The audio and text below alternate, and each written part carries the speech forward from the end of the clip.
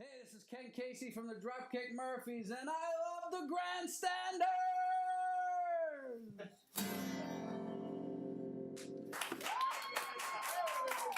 Take it away, kid.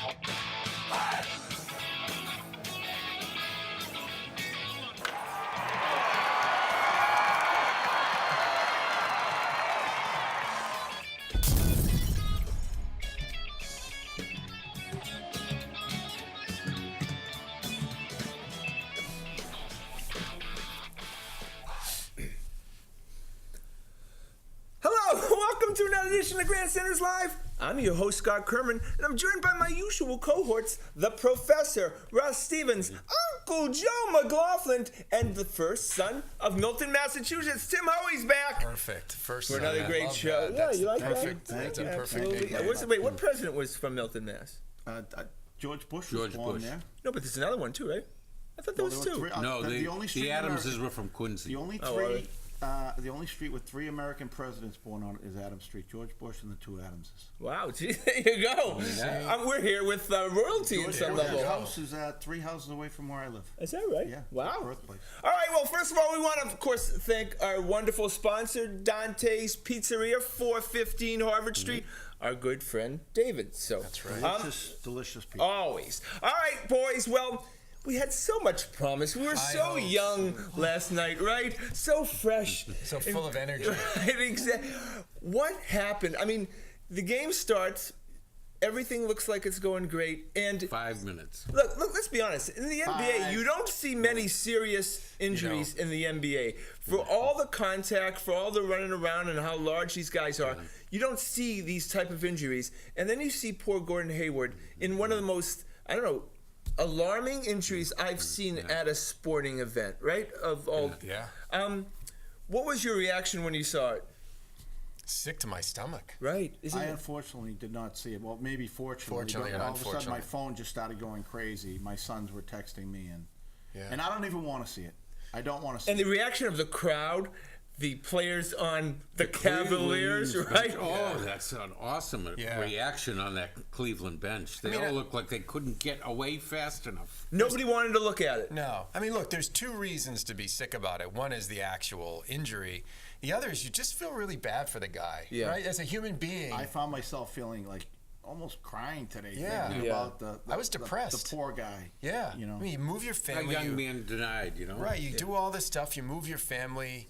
You're going to have a chance to take the next step in your career, and now you're fighting an uphill battle to get back to where you were before you were hurt. Maybe your career is not the same. You know, those checks coming every week in the mail. Oh my God! No, but that doesn't matter at that point. It doesn't matter. I know, but Gordon Hayward was a rich man before he played tonight. There's a lot of guys walking around with broken legs. A lot of people laid up with broken legs. You know, so there's a million kids laying in their bed with the cast on their leg now. So I am not making any less of it. It's a broken leg. But you know what's interesting? Your point, to extend it, you know, a lot of these guys will take a chance and not sign a discounted contract or take a chance on themselves to sign a 1-year contract. And you realize there's risk. Like he's sitting there with what's he got, a 4-year contract, lock solid guaranteed, and he may never be the same player. Right. Right. But at least he got paid. He got paid, right? And there are other guys who like Marcus Smart's now. Malcolm Butler with the pay. Or the Mookie Betts of the world. Right, exactly. You know. Right. You know, because a guy like Mookie Betts gets hurt right now, he's got to go get a real job.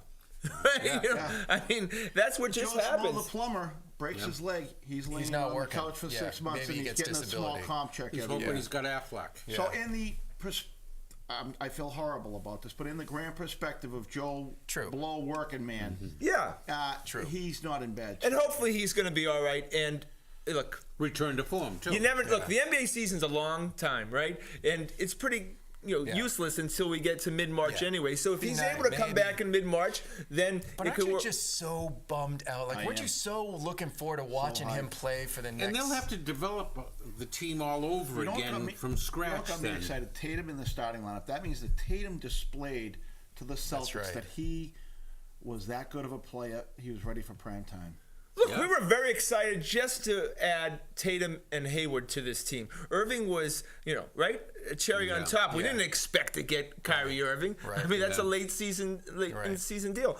But all of a sudden now we lose the guy that was the marquee guy in the offseason.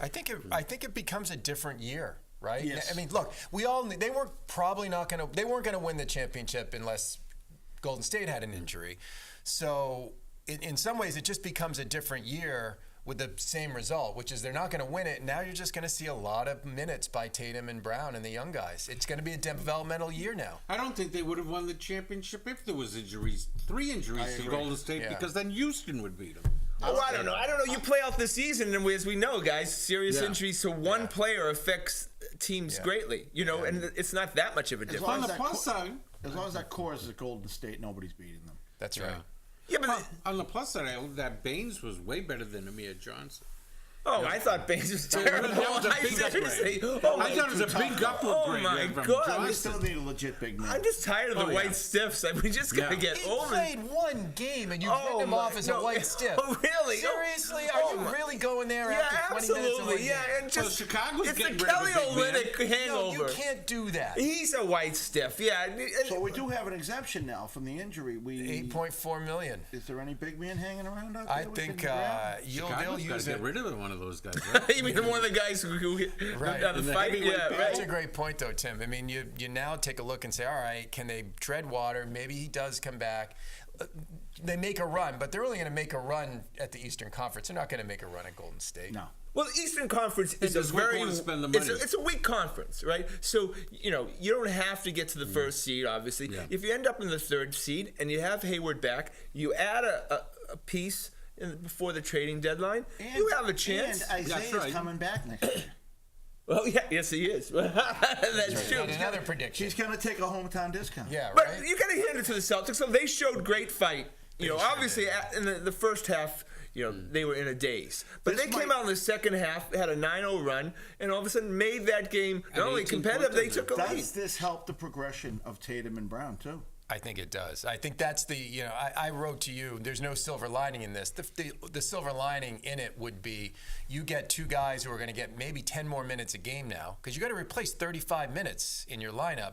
Maybe these guys get 10 more minutes a game each, and they accelerate their development. In the big picture, we weren't going to win it all this year anyways. Maybe we get a little more development out of those guys, and next year maybe we're a little stronger. It retires their development being... No, well, Jaylen Brown, Joe, he looked quite confident yesterday. He's still only 20. He's still only 20 years old. Wait till Hayward comes back. That's what we're going to do. I thought Jason Tatum. I just think he's a man among boys. How about that move to the hoop? Remember the move to the hoop where he shook it, came down the lane, and left-handed does a layup in over LeBron. I was like, that's a Kevin Durant in the preseason. Yeah. But he was dominant in the second half. Yes, he was. He had a great set. Him and Marcus Smart were awesome. He was the number 3 pick in the draft. It took the man 1 half to figure out NBA regular season basketball. This guy is a star. He's a huge star. But will he hold up to that that 82-game grind? Just let me get this straight, though. We're 1 game in. Yep. Baines is a white stiff. Absolutely. And Jason Tatum is a huge star. All right, no, absolutely. Above and beyond. You guys aren't. Please watch that second half, and you realize how confident this guy was. First of all, defensively, he's a wreck. He's a train wreck, absolutely. And so is Jaylen Brown. I mean, those guys played absolutely. Have you made any other sort of final decisions on this team after 1 game? Do you have any other final decisions? None yet. But actually, Al Horford looks like he's taken a step back. He really has. He was vacant. He was gone for the whole season. He showed up in the playoffs, and we all said, "Where has this guy been all year? Is he going to do that again?" You don't think he took a step back yesterday? No, I think it's because Kyrie Irving took a step forward. He was running the offense. 1 game. They didn't have to run. He was absent all last year during the regular season. In the playoffs, we said, "Where has this player been all year?" I mean, showed up in the playoffs. You're right. Great point, Tim. You're right. Write him off. So he's out.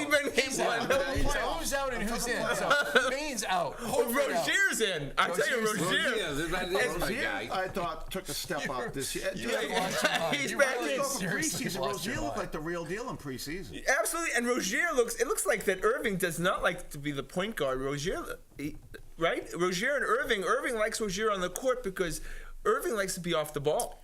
But you're putting a lot on 3 19 and 20-year-olds, and Brown, Tatum, and Rozier are going to see a lot of minutes this year, and they're all 19 and 20. That's good. But we have, Tatum was the best player in the country coming into the draft, and I agree with Danny H. I think he was the best player. Yeah. So it's not Joe Schmo, 19-year-old. Looks like it's the best player. It's the best 19-year-old in the country. The reason the NBA is such an exciting league right now is because it's such an exciting young league. Yes. There's so many great young players. I don't know. Did you guys watch that? That late game was just super exciting. Oh, I didn't get to watch it. No, it was 123 to 123. My wife made me turn to 2 Housewives of Beverly Hills. Oh, God. That must have been an awesome game, especially the finish. All right, I'm going to make a prediction. I'm going to bring the hat out. We have not had the hat. Oh. Yeah, the hat. A lot of people the other say thing we haven't had is the Crazy Town. Crazy talk. We've had crazy talk. Lots of that. Agenda. We've already covered it. The NBA in 2 years will be the most popular sports league of the 4 leagues in Scotty, this I great have country. to agree with you because this summer was dominated by NBA talk. Yeah. My agree with kids, you, too. let's go off of what my kids, I have 20, 16, and 14. And they were glued to their Twitters and their Facebooks and their Instagrams, and all the talk all summer was about the draft and the trades and everything that was going on. Woj this, Woj that. They At created every this. barbecue you went to, people weren't talking the Red Sox; they were talking the Celtics. A lot more than the hot stove league, right? Right. We don't. I would say this is the old Red Sox hot stove. Yeah. No, look, the great thing about the NBA offseason, unlike the NFL offseason, which is about criminal records for the most part, seriously, most of the offseason stuff in the NFL over the last few years has been trials, whereas the offseason in the NBA was trades, free agent movement, just really interesting stuff. That's why it's so popular. That's a great point. It's central to the game. It's not all the stuff on the outside of the game. And I think they've become the second most popular game in the world. Soccer number 1, Yeah. But the NBA is considered the Premier League. All you need is a hoop and a ball, unlike these other sports. But there's great leagues in all these other countries, any little even kid China. in the world can pick up a basketball and throw it at a hoop. And I don't even know if Commissioner Adam Silver of the NBA is a better or worse commissioner than Roger Goodell in the NFL, but nobody hates Adam Silver, right? And a lot of people hate Roger and he's Goodell. making a lot of money for them, too. Yeah, right. And so there you go. All right, so boys, we got to go our season predictions because this season, I've already done some predictions. All right, we were almost dead on last year. Yeah. I think Russ might even hit it. I hit it 53 or something, yeah. I think Russ is dead on this year, Yeah, too. all right, my prediction for this year, before Russ gets to his, is 52 games. All right, Joe, we're going to have... I'm going to... I stole this from Russ earlier. That 48 games seems like the one I'm... With Hayward hurt... All right, so you're downsize. And the young guys got to adjust to playing in the league. Yeah, I'm a lot of minutes. Downsizing a little bit. Just I had picked him for maybe 56, 57, but I think it's around 48, 49. All right, 48. All right, Timmy. 52. 52. Whoa, there you go. that. See, that's my buddy. That's my boy. I really like this team still. I mean, Hayward's a top 20, 25 player in the league. He's a significant loss, and maybe the difference between making the Eastern Conference or making the finals, or not making the finals, it knocks him back. He's going to come back. Don't worry. That's my prediction. I'm not a doctor, but I play one here on this show. As gruesome as it looked, they popped that ankle in on the court. Yeah. So that was a straight foot when he left. Yeah. That was I dislocated my hip one time. They just pop it right back in. Yeah. These young guys can recover. All right, so let's go to the Patriots. The Patriots have come to earth, and we have to adjust, kids, right? These are not your grandparents' Patriots, right? We have to adjust on how we watch. They are grandparents. We have to adjust. We have to adjust how we watch the game. I think the Patriots are not going to wipe teams out anymore. It's going to be a battle each week. And when the Patriots win against the Jets, however they do, we should be happy now, right? Yeah, I heard a statistic. If you took Tom Brady's statistics and you put every quarterback that has played against the Patriots this year, they are better. Yes. Wow. So, like, singularly, if you took just the game that they played against the Patriots, like every quarterback is having a career, best season game against the Patriots. And that's some pathetic quarterbacks we face, right? The best statistic is, in the Patriots game so far, every quarterback has thrown for over 300 yards except one. Tom Brady, and he did it twice. Well, it didn't make 300, but everyone we're else letting the Josh McCowns and Watsons of the world. A rookie wet behind the ears, like his third game, and he's throwing for 400 yards. They always talk about complementary football. Belichick always does. And if you have a bad defense, you got to play ball control. You got to be very accurate. And they're not playing complementary right now, right? Their offense it hasn't been good enough to overwhelm the defensive deficiencies that they have, right? No, right. It's shocking to me. We sat here and we talked about the best defensive backfield maybe the Patriots had ever had, and it has turned into the biggest deficiency in 15 years. Oh, no, I don't think it's Timmy. No, I disagree. It's not the deficiencies in the linebacking core. They don't literally have any linebackers. I agree with Tim. They blow 3 coverages a game. I mean, guys, 20 yards. Because they have no pass rush. That has nothing to do with guys getting 20 yards. And the linebackers are terrible at coverage. They don't drop into that intermediate zone. Right, the whole middle of the field is open. Who do you think's supposed to be taking these that? Guys are running a little around. bit with you. They get that linebacker, the white guy with all the tattoos. Oh, he was on the team for 2 weeks, and he's a starting player. Cassius Marsh. Yeah. Look, the poor safeties are having to play like their linebackers. I'm sorry. McCourty, I think he's having a great year.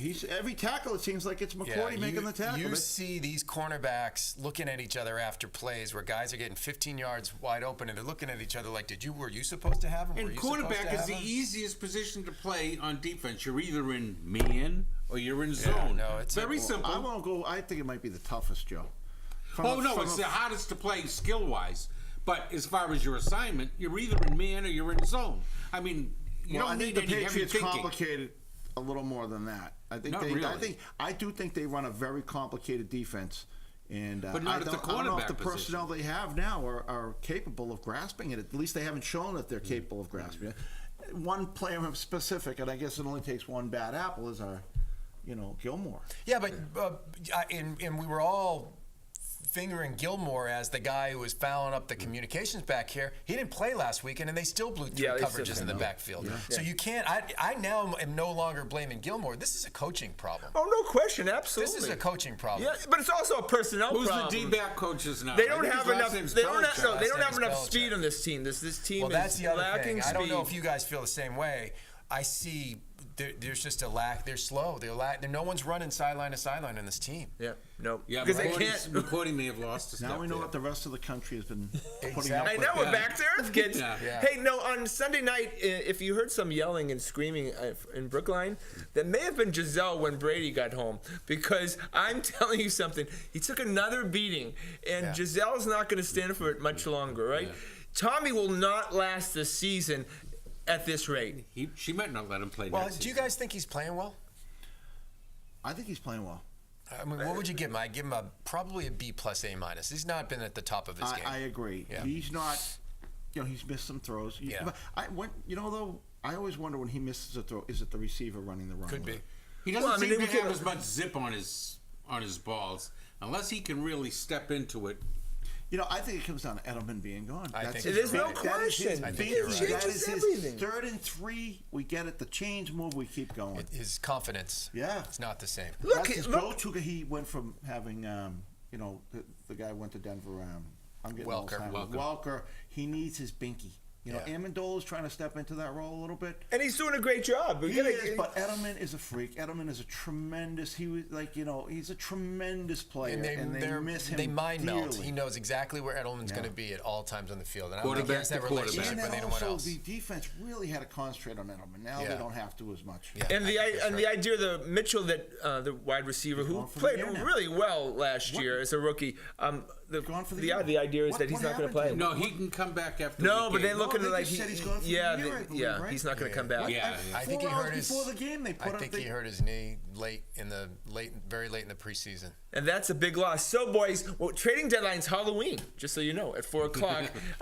The By the Patriots way, always get involved. Halloween, I'll be in Fort Leonard, Missouri for my son Eden's graduation. Oh, There there you we go. go. All right. Congratulations. All right. So, do you think I'd imagine Dion Lewis could be on the trade block, and you could imagine this thing with him giving him the ball a lot.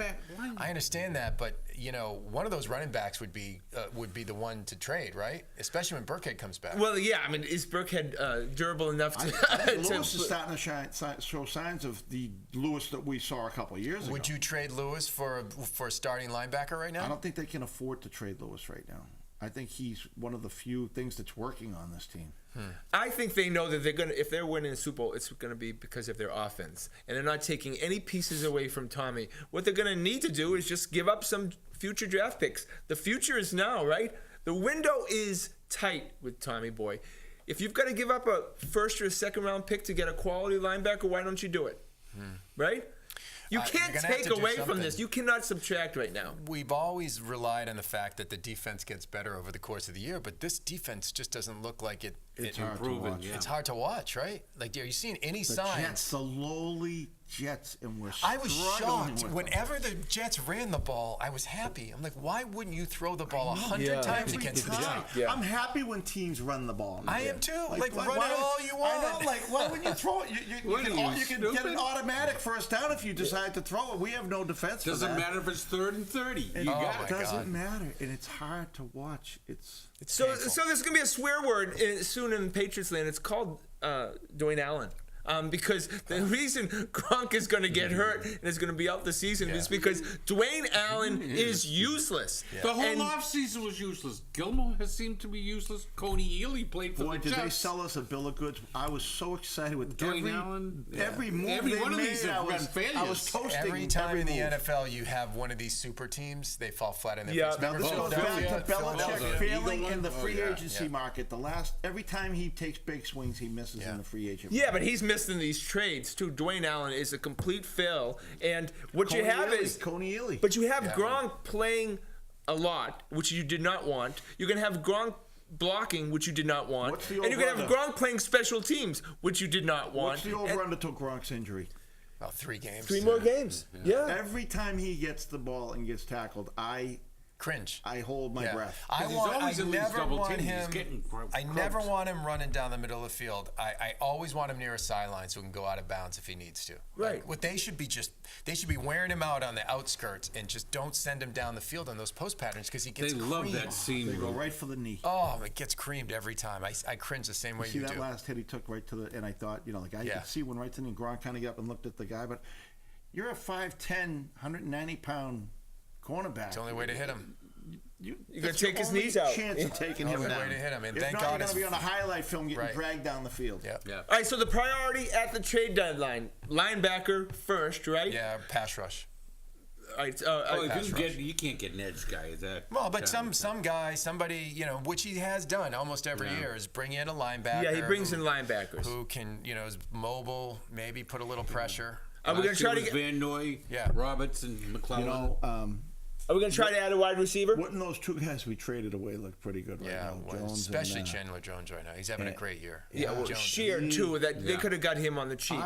He looked pretty good with the Colts the other night. On Sunday night. I like Shear. He played angry. I liked him. And Jacoby Brissett, oh my God, he looks really good. Yeah. All of a sudden, whatever. He was never going to play. And he didn't even have a training camp with them or anything. I don't know. So 31-28 Patriots.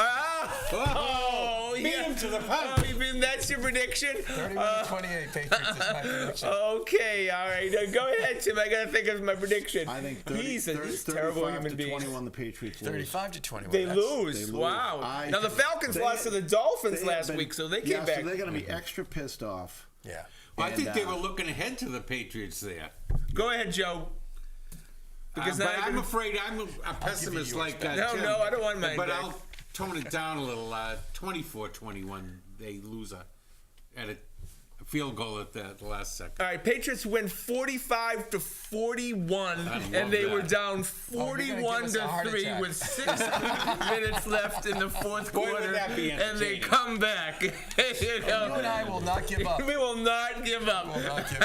We won't be at the game, but we'll drive to the stadium at halftime. We'll be the only ones there. The undefeated season. Yeah, long gone. Yeah, right. All right, so we got to go to the Red Sox, who we love so dearly. Gotta go. Okay, Jason Varitek, I don't know if that's happening, boys. He's not even in the discussion as the next manager of the Red Sox. Not looking as good as we thought it was going to be.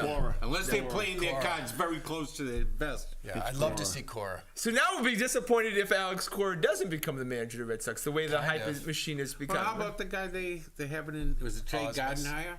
Gardenhire. I don't want anything to do with it. Gardenhire has used so to much... make a monkey out of Francona all the time. Gardenhire looks. Carl Willis looks like a sober man compared to Gardenhire. If they keep Willis, you wouldn't be able to tell the difference. Gardenhire has more baggage. I mean, seriously. How can Willis and Chili Davis all still have their jobs? No, they were signed. They have a year extra, so they're going to be fired once the new guy comes in. Because someone asked for God help them, but someone asked for permission to speak to Chili Davis about being there. Okay, you're permitted. Take him away. How fast can... So we're supposed to say, I pray every night, and I pray for my family and stuff. What I don't pray for is when Hanley Ramirez has shoulder surgery, I don't pray for him, okay? But apparently we're supposed to pray for Thoughts him. And prayers. Look at the veins coming out on his neck. He's talking about Hanley. So, and Erod had surgery. We just found this out. Who's going to be out for... the last few hours. Missed the start of next season, next year. So does this mean we have a Stephen Wright sighting? I think Did you guys remember he was even on the team? Yeah, he'll be in. I thought he retired a couple of years ago. They love their knuckleballers there. So he's back. Inning eaters. Yeah. 200 innings if they can get all the old baseball men say inning eaters. So is starting pitching a priority? Getting starting pitching or no? The priority is number 1, number 2, number 3 is get some power into that lineup. Right. Yeah, exactly. Number one, 1A, 2, 2A, exactly. 3 is power hitter. Power hitter. Yeah. And the fact that Brock Holt's probably your starting second baseman to start the year. Right. No, Brock Holt will never play again for the Boston Red Sox. Did Pedroia look old? Oh boy, that last at bat, we were close. You were close. That last at bat was painful to watch. Yeah. Well, his whole series was painful. That was Something changed. This has been a horrible year for Dustin Pedroia. And the year before, he had such a good year. I love that guy. I had a Pedroia shirt. That's hard for me to do. I got a Wes Welker shirt and a Pedroia shirt and a Bobby Orr shirt. I love those. Give it 100% muckers. Dive, get dirty, and then Pedroia's that whole hit by pitch thing, that whole persona. Turned you off. Well, he's burnt out, Tim. He's played 10 years at a high level. The Boston media pounded at him for all these years, but boy, he got sour, didn't he? He got sour. Now it's just a job to him, I think. Well, look, I think he's got arthritis in his knee, right? Yeah. And that has got to be just wickedly painful. I mean, I don't know how you play professional sports with severe arthritis in your knee. You bat. I have it in my hips, and I can't run 10 yards. Yeah, most likely, quite possibly, he could end up getting surgery and then retiring. I mean, because like we said, 30. He's not coming. He's got a lot of miles. A guy taking a year off after a major surgery, you never come back. He's never coming back, and he's got a couple more years. He's like 4 more years on his golden contract. Parachute. He'll be back. You think he'll be back? Well, he's not giving up 4 years of whatever. He's 15. Yeah, he's got probably $60 million on his contract. So we've got a lot of bloated contracts still, and that's the Red Sox Nation are not going to be happy unless the Red Sox spend money this offseason, right? But how can they? They're paying Alan Craig and Dustin Pedroia. They have to. Money, Joe. They have to. I do not want to hear. I understood last year staying under that luxury tax. I got it. I don't want to hear that this year. No. They just raised the price of water to $6. Absolutely. Yeah, $4.75. They can go over. They're not going to get penalized like they would have. I don't want to hear that this year. No, I agree with you. All right, boys, that's the show. I want to thank the boys. I want to thank everyone behind the scenes. Of course, the lovely and talented Adrian and handsome Todd. Please check us out on our website at thegrandstanders.com and tune in again next Wednesday night at 6:30 for another edition of the Grandstanders Live. I'm your host, Scott Kerman. Have a great and happy night.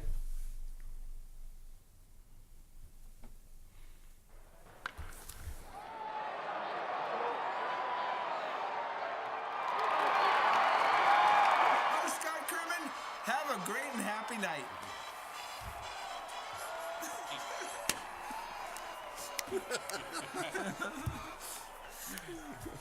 The elephants are in town. Here comes the circus.